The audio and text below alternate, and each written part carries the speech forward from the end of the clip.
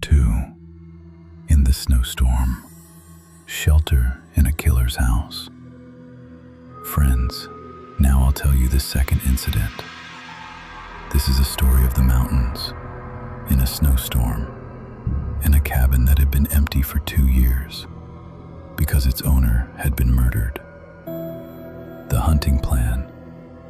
This incident is from the winter of 2020. My friends and I went hunting in the mountains. It was a long weekend. The weather was clear, the sun was out, and we thought this would be a perfect trip. But how quickly weather can change in the mountains, we had no idea. Until afternoon, everything was fine. We did some hunting, but didn't have much success. And then, around 3 p.m., the sky suddenly turned black. A thick storm of clouds arrived. We thought, let's head back. But within 20 minutes, snow started falling. And then, blizzard. Snow was falling so fast I couldn't even see my own hands. We got lost. GPS wasn't working either. No signals were coming through. I got separated from my companions. I shouted their names, but my voice got lost in the snowstorm. Now I was completely alone, in the blind snowstorm, lost. Search for the cabin. I started walking. I didn't know where I was going, just walking. The cold was so intense my hands were going numb. I need to find shelter somewhere, or I'll die here. And then, through the clouds, I saw something. A wooden cabin among the trees. Thank God, I ran toward it. When I got close, I saw this cabin looked very old, but at that moment, I didn't care. I started pounding on the door. Hello, anyone here? I need shelter. I'm lost. No answer. I didn't expect anyone to answer anyway. And then, suddenly, the door opened from inside, and a voice came. Come in. Take off your boots outside the door. The voice was very calm, but something was odd. I quickly took off my boots and entered. Inside the cabin. When I stepped inside, my breath stopped. The room was very dark. Only 2 candles were burning, and their light was so dim I could only see a couch. And on the other end of the couch, a person's shadow. Thank you, brother, for giving me shelter. I'll just stay here until the storm ends. No answer came. I said again, your behavior is strange, but maybe people in these mountains are like this. Still, no answer. I said, man, if you don't want to talk, that's fine.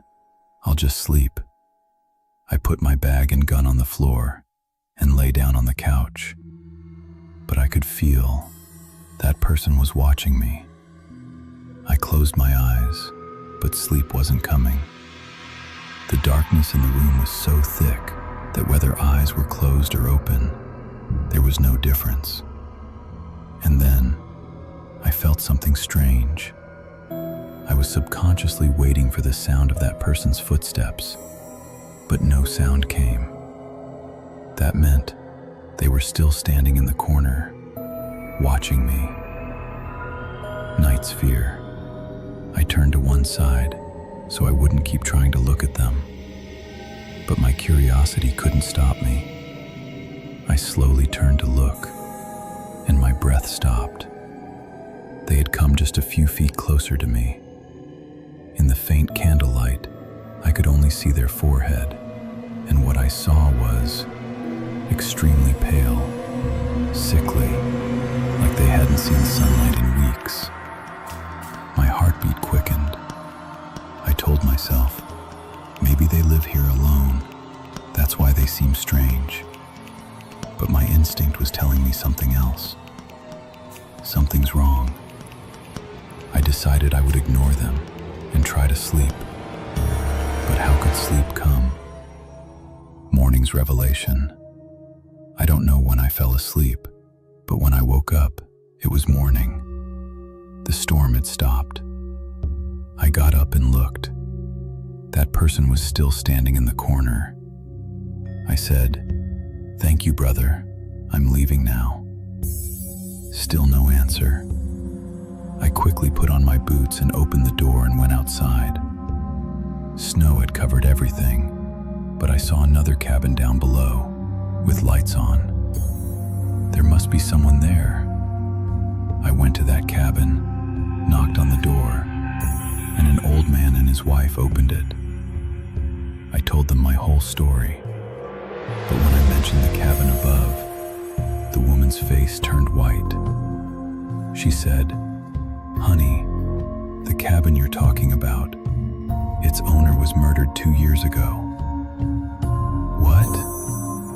The old man said, "Yes, that cabin has been empty since then." I said, "But I saw someone inside, a person." The woman confirmed twice and then said, "Now we need to tell the police." Truth emerged. When I reached my parents' house, my mother was waiting at the door, worried because of illness. My mother told me she had come to my house to clean and brought cake. And then the police came. 2 police cars took me and my father back to that cabin. When we arrived, officers took out flashlights before going inside. And when they went in, they came back out 15 minutes later. Their facial expressions were horrifying. One officer said, "We found some spiky objects here, like weapons." The other officer said, "This is the hideout of some demented couple." But they were never found.